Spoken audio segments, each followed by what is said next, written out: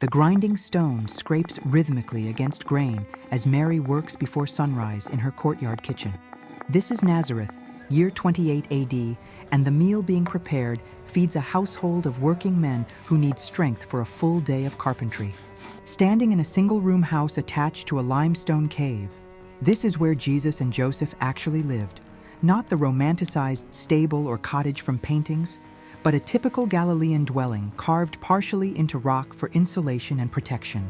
The kitchen is outdoors most of the year, a small courtyard with a clay oven called a tabun, grinding stones for grain, large clay jars for water and oil, cooking happening outside because smoke inside the cave dwelling would be unbearable. Waking happened hours before dawn. Work begins when darkness still covers Nazareth, the first task being grinding yesterday's soaked wheat berries into flour, this taking an hour of continuous arm-crushing labor before breakfast can even start. The tabun oven is already hot. Built yesterday from clay and straw, heated with dried dung and wood scraps, reaching temperatures perfect for the flatbread that will be eaten at every meal today, the oven being rebuilt periodically as it cracks and degrades. No chairs or tables exist here. Eating happens sitting on the floor around a common dish, hands being the only utensils, bread serving as both food and spoon, everyone sharing from the center, this being how every meal works in first-century Galilee. The breakfast being prepared is simple. Leftover lentil stew from yesterday, reheated, fresh flatbread just baked, olives preserved in brine, perhaps some soft cheese if the goat produced enough milk. Variety being minimal because wealth is minimal. Water comes from the village well, carried in clay jars balanced on shoulders, the daily trip being women's work. Jesus and Joseph drinking this water mixed sometimes with vinegar or wine to kill bacteria nobody understands, but everyone knows makes water safer. Flour is made fresh daily. No refrigeration means grain is ground as needed. The stone mill requiring 2 women working together for efficiency, the resulting flour being coarse and dark, nothing like refined modern wheat. Olive oil appears in everything, used for cooking, for lamp fuel, for mixing with food, the primary fat source because butter spoils quickly in Mediterranean heat. Oil being so valuable, it's sometimes used to pay debts or taxes. If seeking the authentic truth about daily life in Jesus' household, subscribe, and we'll continue exploring together. This history comes from archaeology, not tradition or assumption. The diet is grain-based by necessity, wheat or barley making up 70% of calories consumed, meat being rare and expensive, vegetables being seasonal and limited, survival depending on bread, lentils, and olive oil with little variation day after day. Kosher laws govern everything. No pork ever, no shellfish, no mixing meat and dairy, ritual hand washing before meals mandatory, food preparation following strict rules that define Jewish identity under Roman occupation. The Roman occupation affects food access, heavy taxation taking a portion of every harvest, the best produce going to Roman cities, Galilean families keeping only what's needed to survive and pay the next tax, hunger being common even for working families. Joseph and Jesus will eat quickly before work, consuming the lentils and bread standing up, drinking water, leaving before the sun fully rises to walk to wherever carpentry work awaits, their caloric needs being enormous from physical labor. The midday meal preparation begins around noon. Mary starting the process hours early because ancient cooking takes time, no quick heating or prepared foods existing, everything built from raw ingredients through manual labor. Bread baking happens in batches, mixing flour with water and a piece of fermented dough saved from yesterday for leavening, kneading until arms ache, forming flat rounds, slapping them onto the hot inside walls of the tabun, where they cook in minutes. The dough is alive with wild yeast. No commercial yeast exists, fermentation happening through ambient bacteria and saved starter, the bread having a sour tang, the texture dense and chewy, nothing like soft modern bread. Lentils simmer in a clay pot, red or brown varieties grown locally, soaked overnight, cooked slowly with onions and garlic, sometimes cumin or coriander if the family can afford spices, the resulting stew being the primary protein source. Vegetables are seasonal and limited. In spring, perhaps some wild greens gathered from hillsides. In summer, cucumbers and melons if affordable. In autumn, grapes and figs. In cold months, mostly what's preserved. fresh produce being a sometime luxury, not a daily guarantee. Fish occasionally appears on the table, dried or salted fish from the Sea of Galilee brought by traders, fresh fish being expensive even though the lake is only 20 miles away. Transportation and preservation limiting access for inland villages like Nazareth. Cheese-making happens when milk is available. The goat produces irregularly, the milk being processed immediately into soft cheese because it spoils within hours in the heat. Hard aged cheese being impossible without climate control or salt they cannot afford in quantity. Herbs grow wild on the hillsides. Hyssop, mint, dill, these being free food gathered by women and children, adding flavor to otherwise bland lentils and bread, the only seasoning available besides salt, which is precious and used sparingly. The family observes Sabbath restrictions. No cooking fire on Saturday, meaning double portions prepared Friday. Food eaten cold or barely warm, the restriction being serious, violating Sabbath rules bringing social shame and religious consequences. Fasting happens regularly.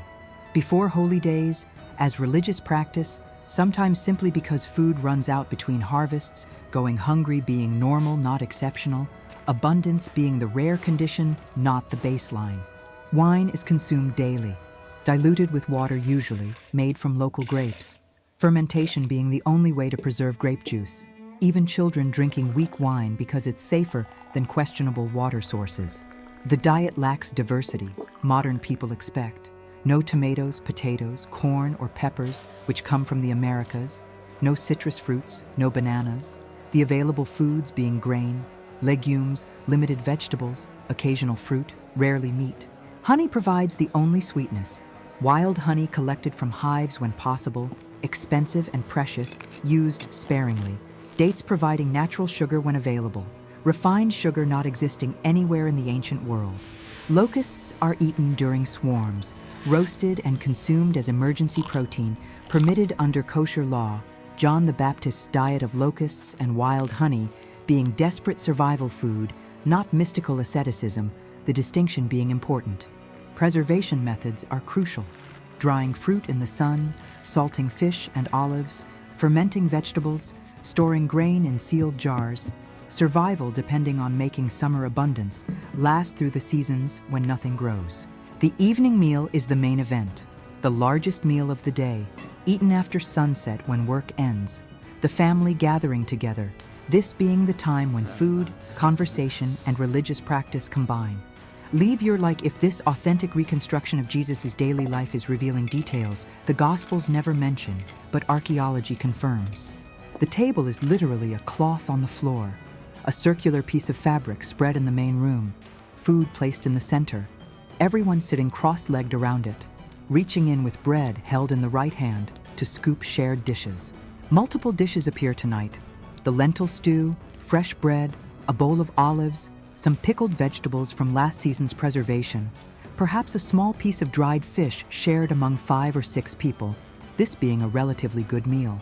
Bread serves as both food and utensil, torn into pieces, used to scoop the lentil stew, soaking up the juices, the combination providing complete protein that grain or legumes alone cannot, the pairing being nutritionally crucial, though they don't understand why. Hand washing is ritual and practical, everyone washing before eating, using water poured from a pitcher over hands into a basin, the practice being religious law and hygiene combined, failure to wash being both unclean and disrespectful. Prayers precede every meal, blessings over bread and wine spoken by the eldest male, thanking God for provision, the words being memorized and repeated 3 times daily, connecting food to faith, gratitude being mandatory, not optional. Conversation happens during eating, discussing the day's work, village news, interpretations of scripture, the meal being social time, eating alone being unusual and slightly shameful, community being built around shared food. Women eat separately sometimes, depending on whether male guests are present. Mary and other women often eating after the men finish or in a different space, gender separation being normal in this culture. Modern egalitarian meal practices being completely unknown.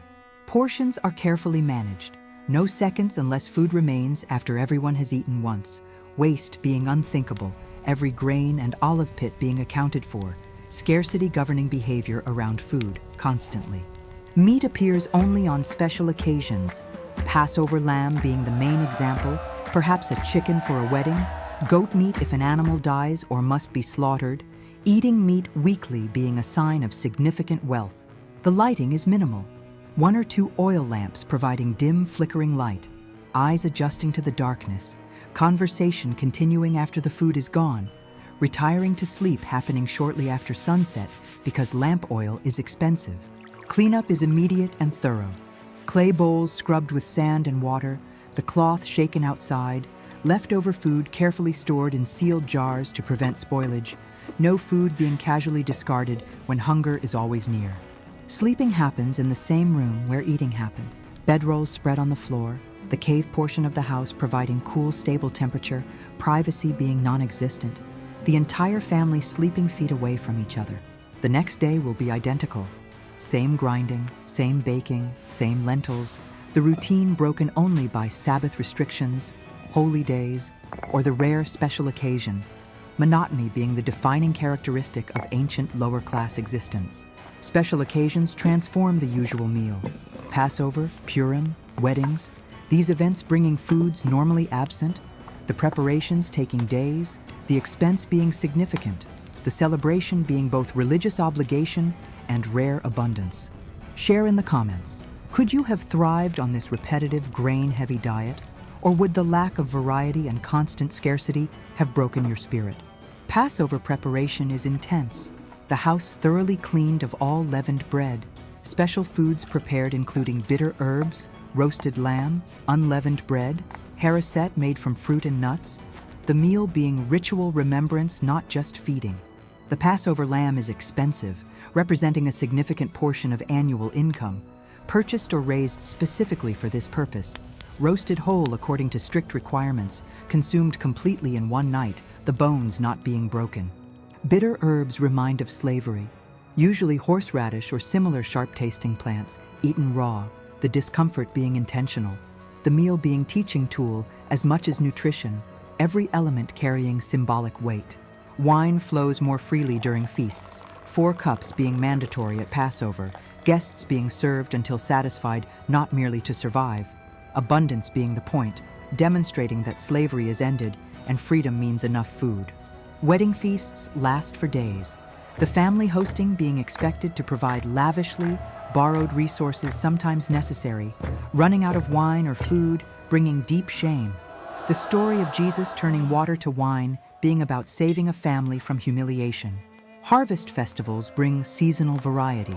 Shavuot celebrating wheat harvest, Sukkot celebrating fall fruits, these times providing the year's best eating, fresh fruits and vegetables abundant briefly. Preservation work happening simultaneously with celebration.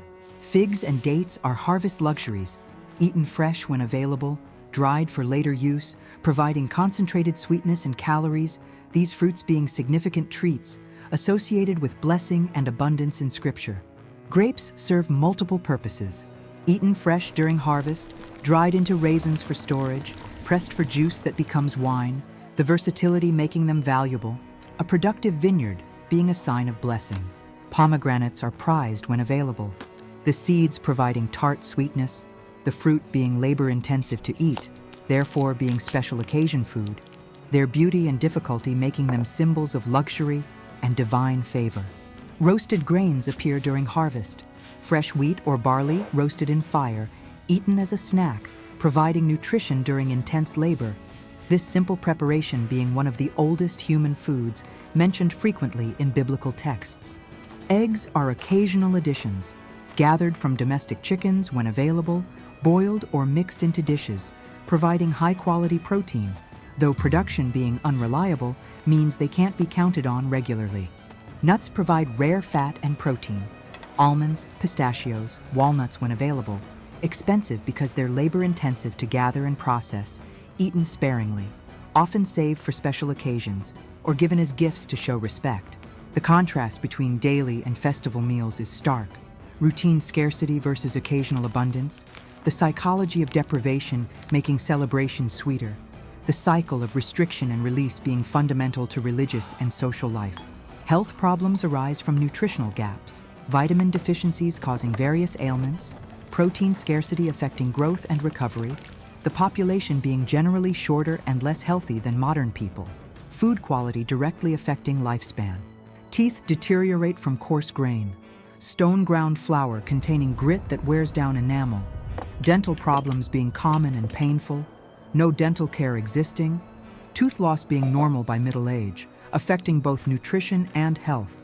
Stand in Mary's kitchen as evening settles over Nazareth, understanding what daily bread truly meant in this household, what it cost in labor and limited resources. This wasn't abundance, it was managed scarcity.